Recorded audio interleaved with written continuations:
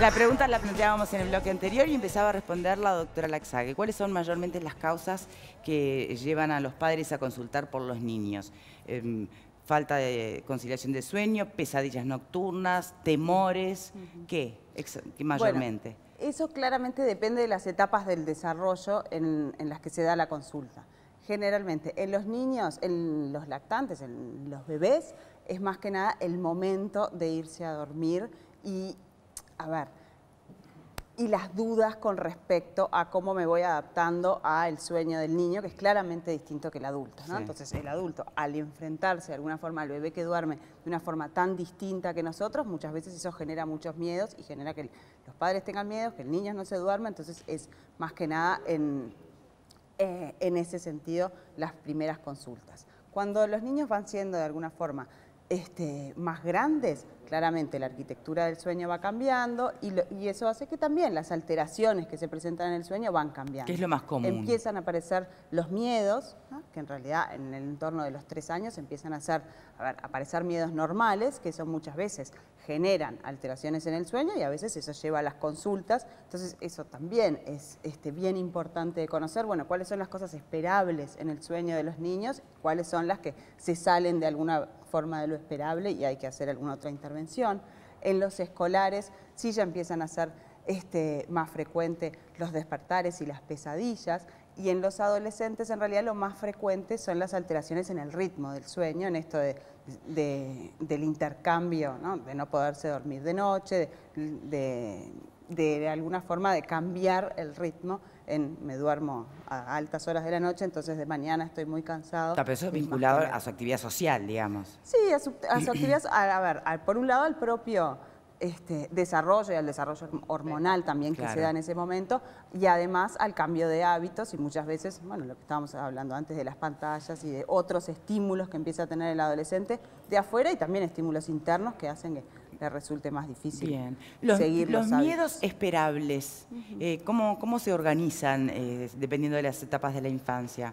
¿Hasta cuándo es normal que la oscuridad te dé miedo? ¿Hasta cuándo es normal que lo que te dé miedo es que bueno, no sé, que se contagió de la psicosis de los padres de golpe o de la realidad de ver las noticias? ¿Hasta cuándo los miedos de cosas naturales o sobrenaturales son esperables y manejables?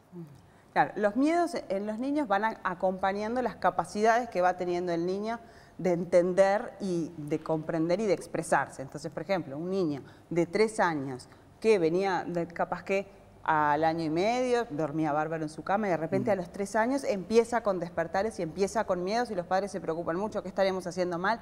Pero de repente es porque a los 3 años ese niño sí ya se empieza a dar cuenta que, bueno, que estar solo en un cuarto oscuro puede ser algo peligroso y entonces eso le despierta un miedo que es normal y que requiere de alguna forma un reaseguramiento de los padres y eso un relato que lo contenga. Claro, porque empieza a tener un nivel de comprensión que hace que los padres puedan usar otras estrategias que si no las usan o si no se les da ese relato, a veces ¿no? Se lo sigue como tratando como si fueran niños más chicos, si no se les habla, no se les explica, no se les dan estas explicaciones a las dudas que les surgen, aparecen los miedos que son normales. En los escolares empiezan de alguna forma, en función de las exigencias y de los intereses de los niños y de los adolescentes, van apareciendo los miedos. Entonces, los escolares de alguna forma empiezan más con miedos referidos a no poder cumplir las exigencias, por ejemplo, de sus papás, ¿no? Al miedo al relacionamiento con los pares. Entonces, van de alguna forma acompañando los intereses que va teniendo el niño y el adolescente en su desarrollo. Bien, perfecto. ¿Qué pasa con el sonambulismo? Nosotros hicimos un programa con usted, doctora, ¿se acuerda? No, y que en realidad no sabía si reírte o llorar porque había casos de sonambulismo muy importante, que, bueno, donde además personas cumplían con una actividad bastante diversa en estado sonámbulo, ¿no? De todo, ¿eh? ¿Qué pasa en los niños? ¿Cómo se maneja el sonambulismo en un niño? Sí, lo que llaman parasomnias, que es las cosas que acompañan al sueño, hablar de noche, el bruxismo, el apretar los dientes, rechinar los dientes, la pérdida de orina, el sonambulismo, los terrores nocturnos, sobre todo asustan mucho a los padres, pero eso no es el miedo del que estaban hablando, es el terror que el niño no se entera, es una reacción simplemente que lo despierta, automática. Digamos. No, el niño no se despierta, pero se sientan en la cama, abren los ojos, gritan espantosamente, entonces, y después es una conducta totalmente automática, después siguen durmiendo. Pero claro, los padres se preocupan muchísimo. A ver, discúlpeme, ¿por qué lo tenés tan claro? Lo vivía con mi hermana. ¿Hacía eso tu hermana? Tremendo, tremendo. ¡Qué pánico! Es un grito espantoso que no sabes lo que está pasando y me despertaba yo, me sentaba en la cama, aparecía mi madre corriendo de la otra habitación, iba hasta la cama y mi hermana estaba plácidamente dormida, no se enteraba de nada y yo iba para asegurarme de que respiraba, de que estaba todo bien, pero era... Aparte, ¿y eso era muy frecuente? Muy frecuente, muy frecuente. ¿Y se preocupaban tus padres o vos sola? No, mi madre era que era quien se levantaba y se ocupaba, y yo, la preocupación era del momento, qué sé yo, ¿no? Es como que en esa época, mi hermana hoy tiene 30 años, era lo puntual. ¿Lo superó o sigue ¿Soñó teniendo terrores nocturnos? No, ya no. La pareja no te ha dicho nada. Ya no tiene pareja en este momento. Ay, cuando esta tú, vez. No, capaz que es eso. Y cuando tú, no, creo que fue algo totalmente superado, pero es tremendo. Sí, además es pasa tremendo. en general, las parasomnias pasan en la adolescencia y a veces mutan. Alguien que era sonámbulo después tiene un bruxismo, y además no son patologías. No ¿Puedo son seguir consideradas patologías, no se quemando tratan. familiares? Porque hoy expuse a toda la familia. Yo tengo un hermano, dos, pero uno de ellos era sonámbulo de chico. Pero un sonambulismo rarísimo, doctora, ¿eh? Se incorporaba en la cama así, quedaba duro como Ken, el hombre, ¿se acuerdan de Ken? Bueno, y no había forma de bajarle los brazos, ¿viste? Era una cosa que daba duro. Si no se levantaba y caminaba, daba unas vueltas por la casa. Yo recuerdo de que me daba miedo esa escena, ¿no? Supongo que lo habrá superado, se casó, es feliz, tiene hijos. La hija. También. Noche, todos durmiendo en la casa de mi hermano. Suena el teléfono de la casa. Se levanta mi hermano, va a atender. No, perdón, suena el celular. Va a atender y ve que están llamando de adentro de la casa. Ay, Dios. ¿Tú me estás entendiendo, Voces Anónimas, lo que está pasando en este momento? O sea, todo se fue a acostar de vuelta. La nena, pero lo descubrió después, ¿entendés? Se levantaba en la mitad de la noche, iba al teléfono y lo llamaba al celular al padre y cortaba. Ay, doctora, dígame qué problema tenemos en la familia, a ver, dígame. Eso no es normal. No, sí es normal. ¿Es normal? Son actividades automáticas que el sonambulismo, en realidad lo que hay que tener precauciones de que las puertas queden cerradas, que pasadas con llave, o sea, porque puede ser un problema que se salgan a la calle porque lo roban, pero eso no es por sonámbulo, el problema es social. O sea, el cerebro es el mismo de día que de noche, o sea, nadie haría, porque igual tenemos una conciencia durante el sueño que nos controla y tenemos los mismos códigos, digamos. Entonces, no hay que tener el miedo de que el sonámbulo haga nada raro. No se va a suicidar. No va a hacer nada que no esté en su naturaleza, digamos. Hace cosas triviales. Exacto. Hace cosas triviales y automáticas. Y además, si uno lo ve, simplemente suavemente lo conduce hasta la cama y el sonámbulo se deja conducir, tampoco hay ningún problema, y si se despierta eso de tampoco despertarlo, que no hay que despertarlo, ¿se acuerdan? ¿Es un mito o es un mito? ¿Se le puede despertar? Es un mito, por supuesto, sí. Lo único, no hay que despertarlo bruscamente porque se puede asustar, si dice, ay, ¿qué estoy haciendo acá levantado? Bueno, pero simplemente, cosas de sentido común, llevarlos despacito hasta la cama y el sonámbulo va a seguir durmiendo tranquilamente. O sea, las parasomnias no se tratan, la única precaución es que si empezó de forma muy brusca o hace cosas, hay que explorar muy bien semiológicamente, digamos. La única cosa que es muy rara, pero que puede darse, es que sea una epilepsia a expresión solamente nocturna. Hay epilepsias muy raras que pueden expresarse de esa manera y que confunden con una parasomnia. Pero entonces, ¿cómo sería esa manifestación?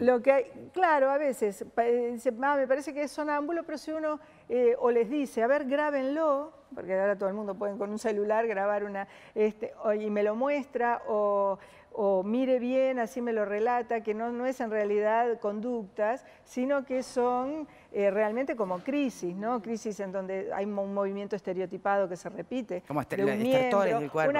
Por ejemplo. Pero no que se levante y camine, eso no corresponde a la epilepsia, ¿no? Pero claro, interpretar para la familia no es fácil a veces y dice, bueno, se mueve raro, debe ser sonámbulo o cosas así, entonces simplemente hay que hacer un estudio de sueño mirando el electroencefalograma. Bien. ¿Querías preguntar? Me interesa a mí que son los sueños recurrentes, o sea, en el ambiente de los actores y la gente de teatro hay un sueño generalizado que es el estar arriba de un escenario y no saber la letra, es la pesadilla del actor, que todos lo hemos sentido, yo lo he tenido también. Y por otro lado, una historia también familiar que siempre me pareció muy interesante. Yo el primer tsunami que conocí fue el de hace unos años en las costas del Índico, que murió mucha gente. Resulta que mi madre a lo largo de toda su vida tuvo el sueño recurrente de un tsunami que venía por la playa de Ramírez y que la ola tapaba toda la ciudad. Y ella siempre se despertaba en un ahogo. Nosotros con mi hermano escuchábamos del otro cuarto el ahogo de mi madre y sabíamos que había soñado con la ola, ¿no? Cosa curiosa, ¿no? Y ocurre después ese fenómeno que hasta ese momento no se había conocido, ¿no? El fenómeno del ensueño es un fenómeno, del punto de vista neurocientífico para nosotros, es un fenómeno que acompaña al sueño y lo acompaña en distintos niveles de conciencia. Y todos son, digamos, normales en el sentido de que es una actividad fisiológica, el cerebro está funcionando muchísimo, generando memorias, consolidando cosas, aprendiendo. Entonces, bueno, las áreas que están activas y que están guardando un montón de recuerdos o de fantasías o de miedos, generan imágenes sobre todo. Los ensueños tienen 100%, en las personas videntes, 100% imágenes, después todo lo demás es 60% apenas son sueños con sonido. Y después todas las otras sensaciones son muy bajas. Ahora, cuando la persona relata el sueño, lo que le está poniendo es conciencia vigil, o sea, todo, por eso es una herramienta tan importante para los psicólogos el sueño. La interpretación que puedes hacer. Claro, están interpretando al paciente, no están interpretando el ensueño, porque toda la historia después que se va labrando, esa es toda una historia de la conciencia al estar despierto. El sueño son cosas básicas, unas imágenes en general. Y bueno, y está el sueño recurrente, está el sueño vívido, está el sueño en donde el que está durmiendo se da cuenta que es como dos planos de conciencia que se ve soñando y durmiendo. Está lo que nos pasa a todos. ¡Ay, qué sueño tan lindo! Qué lástima, me desperté a ver si sigo soñando. O que le cambias el final. ¿Nunca le pasó que el final está yendo por un lado que no te gusta y lo modificás? O uno se despierta si está siendo demasiado agresivo el sueño. ¿El sueño vívido, doctora, tiene que ver con sentir físicamente lo que claro, uno ¿qué está es soñando? vívido? ¿Es la sensación de que lo estás viviendo? No, ¿o qué? claro, es como sentir que uno está en una cosa, se está despierto, se está dormido, se está analizando el propio sueño que se está viviendo como un sueño, pero también lo está de alguna forma analizando en la conciencia vigil. Todo pasa en segundos, lo que pasa es que después uno en el procesamiento con el tiempo lo cambia. Y hay sueños mucho más intensos que otros. ¿Los sueños de dormir o los sueños de soñar? Lo que pasa es que sueños de soñar, ¿no? Que son mucho más intensos y que de repente, yo qué sé, hasta sentís... A nosotros nos impactan más los ensueños que se acompañan de actividad física. Y en general esos son los ensueños que pasan en un periodo que es el sueño REM, o sueño paradójico, que hay como, bueno, entonces si uno se despierta cerca de un sueño, lo recuerda, y además uno está o sudoroso, con taquicardia, o sea, impacta más, uy, estoy horrible porque en realidad estaba soñando algo que me impactó emocionalmente. Sí, en cambio, a veces uno está soñando cosas horribles, pero en las otras etapas de sueño, y donde no hay nada acompañó, el físico no acompañó a ese sueño, y entonces uno dice, ay, qué raro, esta historia macabra y espantosa, y cómo no, yo no la estaba viviendo como una cosa espantosa en el sueño. Tenemos que hacer una pausa y dejamos las preguntitas finales para quédense ahí, ya venimos. para.